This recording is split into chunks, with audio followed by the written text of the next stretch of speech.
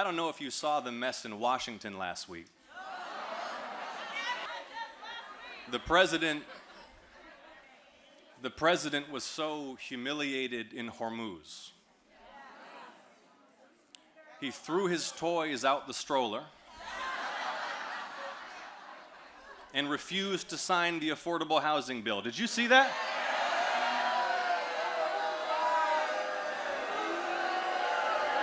But wait, that's after he gave some felon donor a no-bid contract for the reflecting pool and it filled up with algae, which for some reason required the deployment of the National Guard. And then because of his war and his tariffs, inflation rose to over 4%. He promised to bring down prices on day one. Do you remember that? Do y'all know what today is? Today is day 524, and groceries, rent, and health care are at their all-time highs in American history. Donald Trump and his puppet, Mike Collins. They doubled health insurance premiums for more than 1 million Georgians and threw 300,000 Georgians off their insurance altogether. I heard from a woman with cancer who waits tables for a living and said she was going to lose her health coverage in the middle of chemotherapy. And they did this to pay for a tax cut that went overwhelmingly to the rich and to corporate America. Did you know that, Savannah? Yes. Savannah, I never want to hear these two pretend they give a damn about working people again.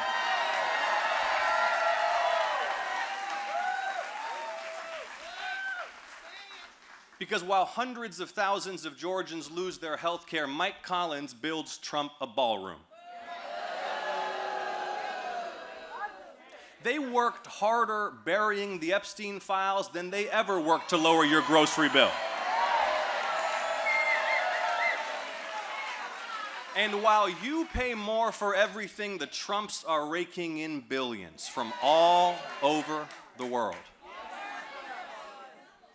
Illegal tariffs, failed war, healthcare cuts, and unmatched corruption. 34% approval, and a presidential legacy cemented in disgrace.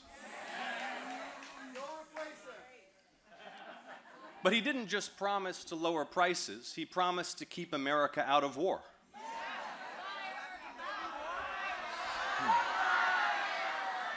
Instead, Donald's defeat sent gas prices soaring and made America weaker and less secure. And just like the Iraq War, the Donald Trump, Mike Collins Iran war is a war built on lies. Lies about intelligence, lies about the war's purpose, and lies about its progress. Daily lies, hourly lies, lies and empty threats. Donald Trump said he would pick Iran's next supreme leader. And, quote, there will be no deal except unconditional surrender.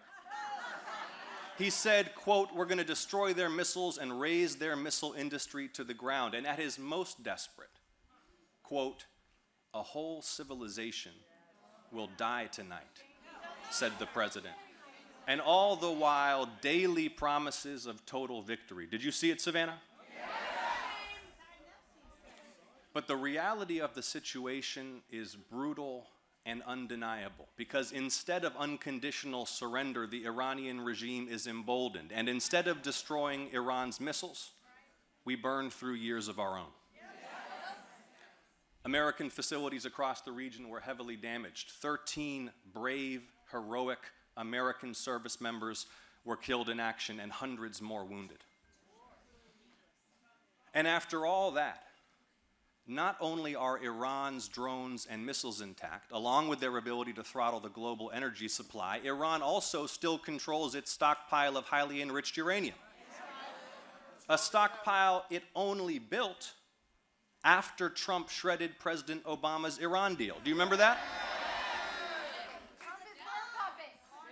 A decade ago, Donald Trump attacked President Obama for lifting some sanctions to secure nuclear inspections and restrictions on Iranian enrichment. This month, Donald Trump was lifting sanctions just to reopen Hormuz.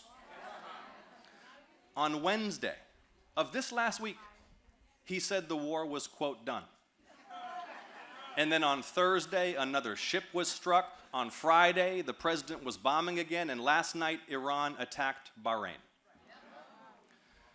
But see, this is what happens when you send your son-in-law, Jared,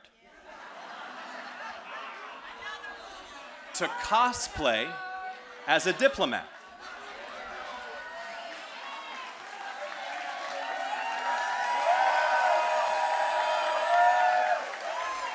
See, despite zero qualifications, Prince Jared was tapped to lead Middle East diplomacy. Now remember, Jared's slush fund, Affinity Partners, already got $2 billion from the Saudi crown prince. Did you know that? And even now, while negotiating for the United States over Iran and Gaza, he's actively asking Arab princes for billions more. Not for the United States, for his own business.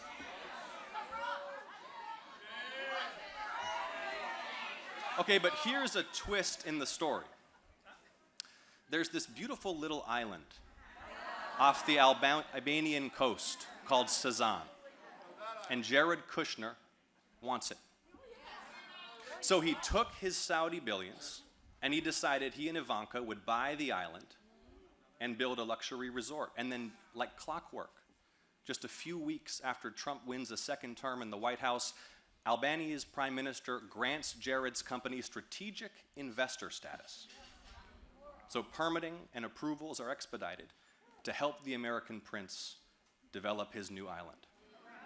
Now, this island is an Albanian national treasure, some of the last pristine coastline in the Mediterranean. Its waters were a national marine park protected from development until Albania changed the law to let Jared Kushner build his resort.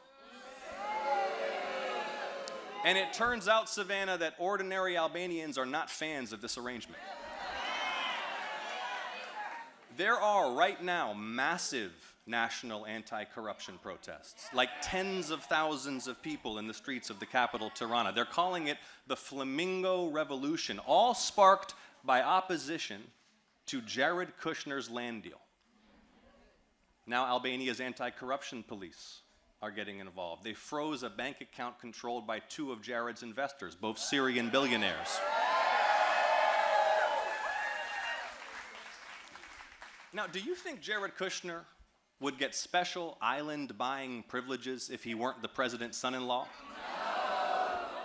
And isn't he supposed to be doing diplomacy, not shady land deals? And it's not just Jared. Listen to this. The son of the other Middle East envoy is raising billions from the Emirates for the president's crypto business, while the president grants the Emirates the rights to our most sensitive technology. Your tax dollars are backing a Trump family tungsten mine in Kazakhstan. They are literally the elites they pretend to hate. The same folks who tried so hard to cover up the Epstein files. And listen, here's the bottom line. If you're involved in any of this, next year, you'll be raising your right hand and swearing to tell the truth, the whole truth, and nothing but the truth, so help you God, in front of the United States Congress.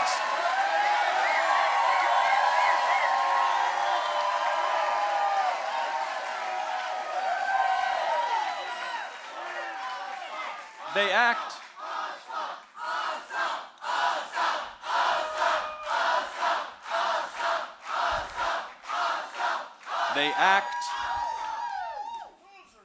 They act like they expect permanent impunity.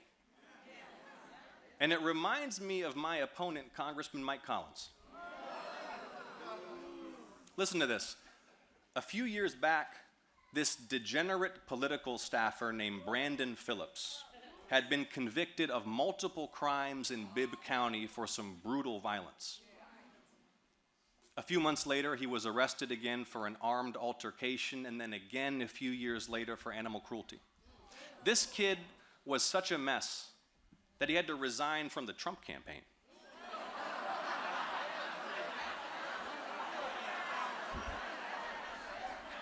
But Congressman Mike Collins saw Brandon and thought he'd make a great chief of staff. So Mike hired Brandon to run his entire congressional office. Fast forward 4 years, and as we speak, both Brandon and Mike are under active federal investigation for illegally funneling federal tax dollars to Brandon's girlfriend. Then last month, Brandon starts mocking a rape victim on Mike's official campaign account. And even then, Mike only fired Brandon after the head of a Republican super PAC threatened to cancel tens of millions of dollars of support from Mike's campaign. So Brandon's gone, and Mike Collins promotes a young man named Kip to be his new chief of staff.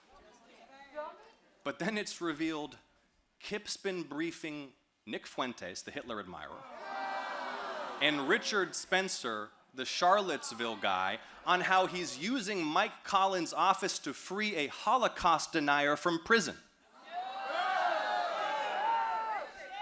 And Mike's okay with this. Kip's still on the payroll, because this is the same Mike Collins who saw a gang of young men harassing a black female college student with monkey sounds, and Mike Collins called it, quote, Ole Miss taking care of business.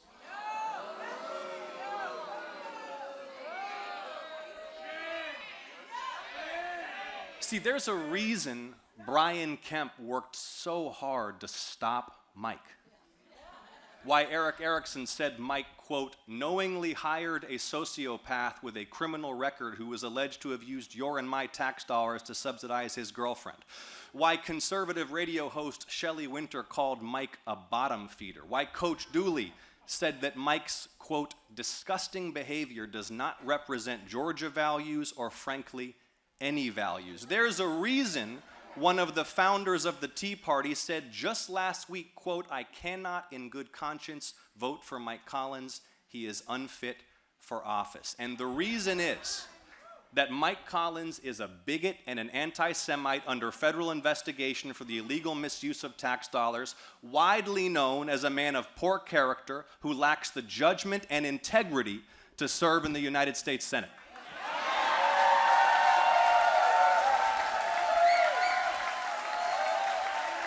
And now, Savannah, now the bigot congressman, who's only a congressman because his daddy was a congressman, wants a promotion. But Savannah, come November, we'll end his political career instead.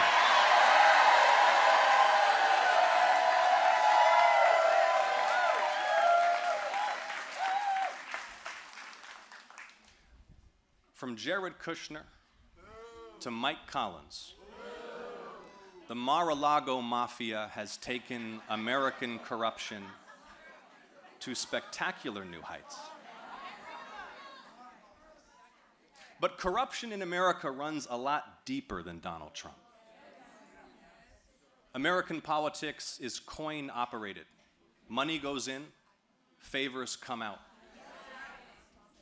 Spectacular wealth buys an ever greater share of power over our national affairs, while the mere citizen is treated with contempt. Cynicism sets in amidst a politics of broken promises, unmoored from fixed moral principles and incapable of inspiration or great national achievement. We were promised tax cuts for the rich would bring wealth to the working class. We were promised Iraq had weapons of mass destruction and our forces would be greeted as liberators. We were promised fairness only to see banks bailed out while millions lost homes. Do you remember? We're promised hard work earns wealth and advancement. But for too many, the treadmill gets faster and steeper. Georgians work harder and harder, but the bills get higher and higher. A 60-hour work week still needs SNAP. Santa can't make your little girl's wish come true this year. and that bucket list trip looks off the table for good. And meanwhile, the corporate disrespect is suffocating. Instead of reading to your child, that precious spare hour after work is spent on the phone fighting your bank or the cable company or the insurer that's denied your claim and dared you to fight back while you're sick. A toddler's ambulance is followed by a $3,000 bill. Hedge funds buy up houses till there are none left to afford, then rip off the renters they forced into tenancy. And how did they get away with it? Well, we were promised a political system that delivers for the public, but instead it delivers for the donors. Citizens United was the most destructive court decision in modern American history. It's unleashed a flood of secret money, corporate money, billionaire money on both sides. And Donald Trump's rise is a symptom of this deeper disease. I suspect many of you are here because you recognize that our task is not just to contain his wickedness, but to cure the rot that gave rise to it.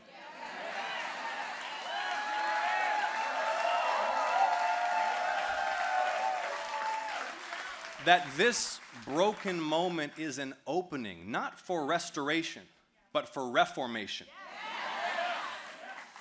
Because who really supports allowing unlimited secret political money to bend the national agenda in darkness?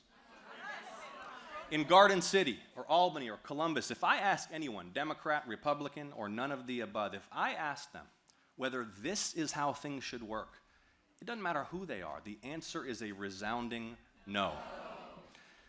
In Savannah, if it takes a constitutional amendment to end Citizens United, we'll deliver a united Georgia to ratify it.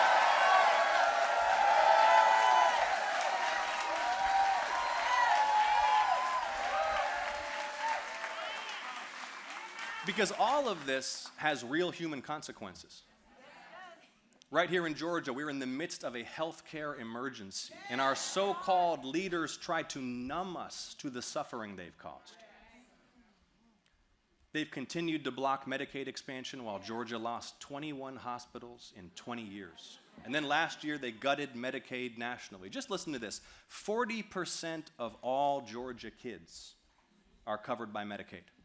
50% of all Georgia births are covered by Medicaid. 70% of all Georgia seniors in nursing homes are covered by Medicaid. Already one labor and delivery unit in Georgia has closed, citing those Medicaid cuts, with more pain coming for hospitals and clinics and nursing homes. So Georgians are getting hit with higher premiums, hundreds of thousands have lost coverage, and hospitals and clinics are losing funding. All this when we already have the second highest uninsured rate in the nation, the third fewest mental health providers, the fourth worst newborn weight at birth.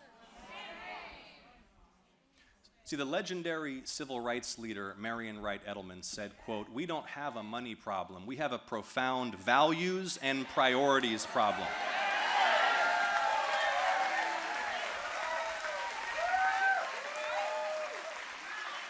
Because see, this isn't just the way it is or the way it has to be. All this needless death and suffering and misery is a choice.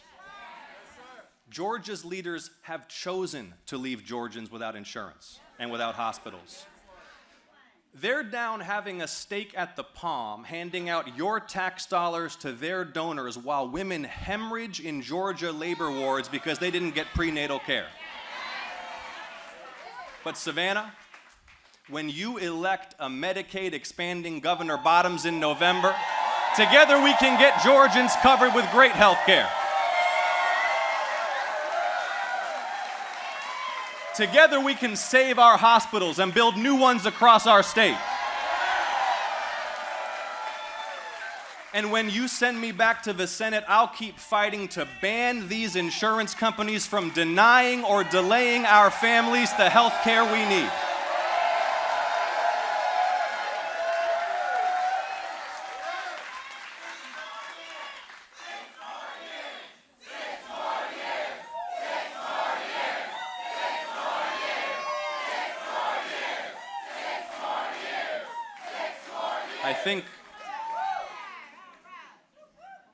I think every day about Congressman Lewis.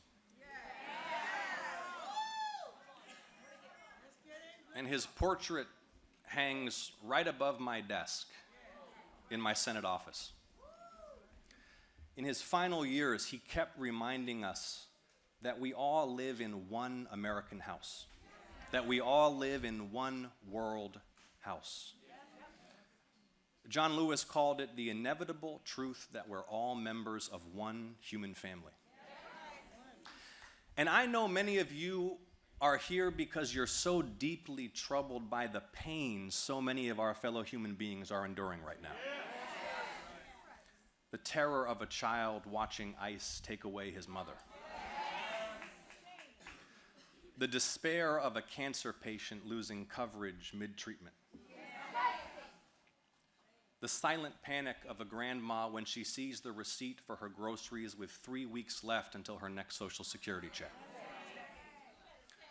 Now, maybe they don't care in the White House or in the governor's mansion, but that ache in your heart, that pit in your stomach, that's what reminds us we're all in this together. That we're not just one United States, we're one united people, e pluribus unum, out of many, one.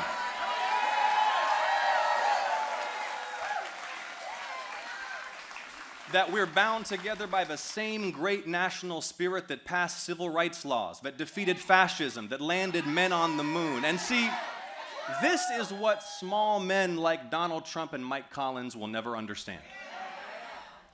That our national greatness flows not through our blood or our genes, but through our ideas and through our care for one another. How amazing is it that the most powerful nation on earth proclaims as its core values that all are created equal, with inalienable rights to life, liberty, and the pursuit of happiness, no matter how humble our beginnings, no matter our ancestry, or when we arrived on these shores. Americans aren't a race, we're a people. United not by ethnicity, but by shared convictions, and that is what makes us exceptional and a beacon to the world.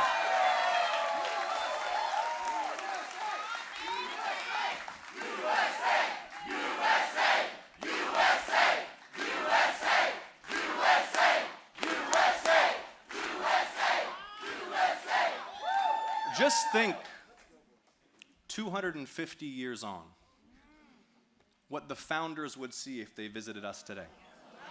But wait, they would see that slavery had been abolished. They would see that Americans without land, and then women's, and then the descendants of slaves had secured voting rights.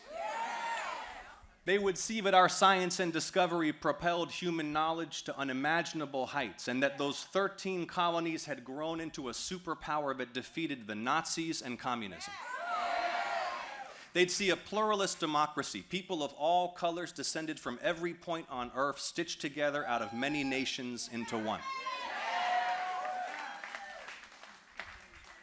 But they'd also see a nation that at the height of its wealth and power fell into the very traps they most feared, devouring itself in bitter conflict between warring factions captured by special interests. And they'd see a faithless president exploiting this rot to pursue the absolute power they overthrew. A president who's embarked on this unmistakable project not to lead us, but to rule us.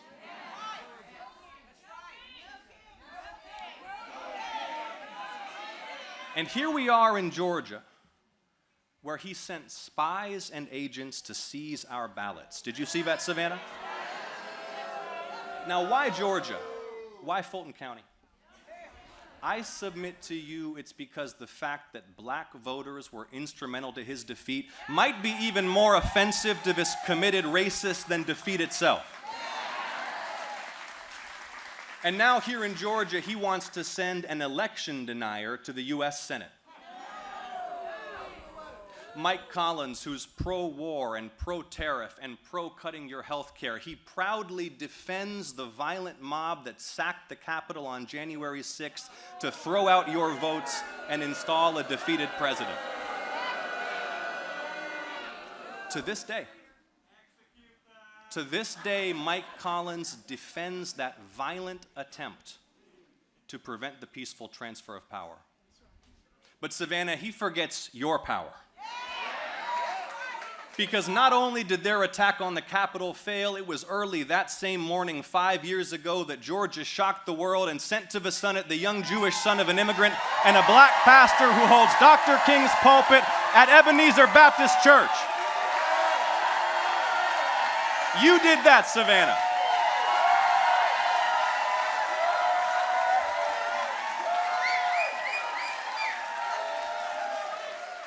And last week, when they gathered in Atlanta to remove black elected officials from office, not by defeating them at the polls, but by manipulating maps to dilute minority power, they saw you mobilize, Savannah, and they backed down in fear of your power.